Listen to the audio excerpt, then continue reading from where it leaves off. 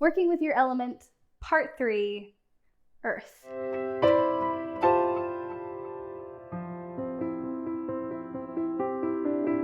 everybody, welcome back. My name is Amy. I'm a witch, a spiritual guide, and an energy healer. If you're new here, and if you're not new here, you know. Thanks for showing up. So today I want to continue our Working with Your Element series with Earth. So if you're here, you've probably already watched my How to Figure Out What Your Element Is video. I'll put that somewhere so you know the actual title. Just in case you haven't watched it, and if you haven't watched it, maybe you came from somewhere else and you already know that Earth is your primary element, or maybe you don't and you're just interested in learning all of the different types of elemental magic. Whatever the reason is, I'm glad you're here. I hope this video is useful to you, and if it is, please give it a like so I know that you like it. Share it with somebody else that you think will also like it. Subscribe if you haven't already, and hit that little bell button so that you know when my new videos come out. I do try to post every single day, but if I don't, then you might not know when my next one comes out if you don't, hit that bell button. So without further ado, how do you stretch your earth magic muscle? That was a mouthful. So one of the easiest ways, this is different than some of the other elements in that you're going to have different types of potential homework for the earth element. So there are multiple facets to the earth element. There's the earth as in foliage and plants and dirt and things element, and then there's the animal element. So you might feel more drawn to one or the other, or you might just feel drawn to all of the different parts. But because there's so many facets to this element, there are multiple ways to practice it. So the first one is, I feel like kind of obvious, but it might not be. If you can actually sit in nature, even if it's just your yard, your garden, a park, wherever, if you can actually sit in nature, sit in the grass, or hug a tree. I have actually been a literal tree hugger before in my life because trees will communicate with you.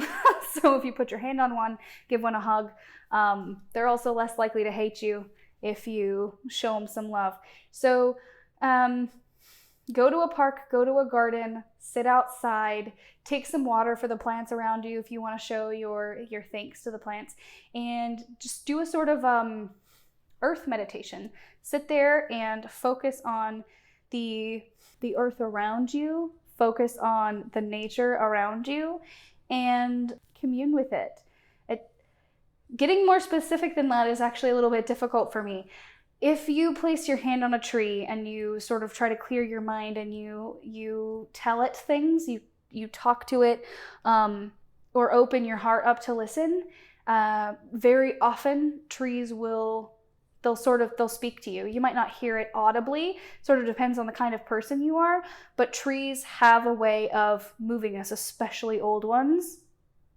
They have a lot of years of history. You can also just place your hands in the grass, feel the earth, feel the grass. And if there are animals nearby, you can focus on listening to them. Psychically listening to the animals that are around you. See if they will communicate with you. See if they'll come closer. See if they understand that you are there to be one with them and to be their ally. Think loving, beautiful, growing thoughts towards any plants that you're nearby. Focus on intermingling your energy with the plant energy and becoming one with the plant. See if you can help it grow. It's a lot like Reiki or healing energy. It's just giving it the oomph that it needs to be alive, to spring forward a little bit more, to open itself up. See if you can focus on a flower, for instance, that's maybe not all the way open. See if you can become one with the flower, the energy of the flower, the molecules of the flower. Feel its life, feel it moving and breathing, and coax it to open its petals. And the most important thing to remember is not to give up. Magic is like a muscle. You have to exercise regularly or you won't gain muscle. You also will lose your muscles if you don't practice regularly.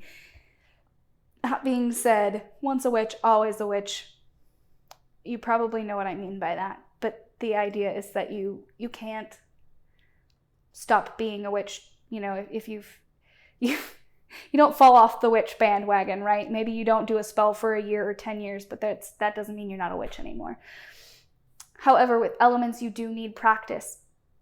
So do this regularly. If you start to get frustrated or annoyed or you don't feel like anything is happening, you don't feel like anything's connecting with you, leave, come back tomorrow or in a week or in a month and try again. Try not to allow yourself to get agitated or to not believe in what you're doing, because 90% chance if you don't believe in your magic, it isn't going to work, or else it won't work the way you wanted it to work. Magic really, really relies on your belief, your intent, your motivation, the undeniable knowledge that things will happen when you tell them to happen.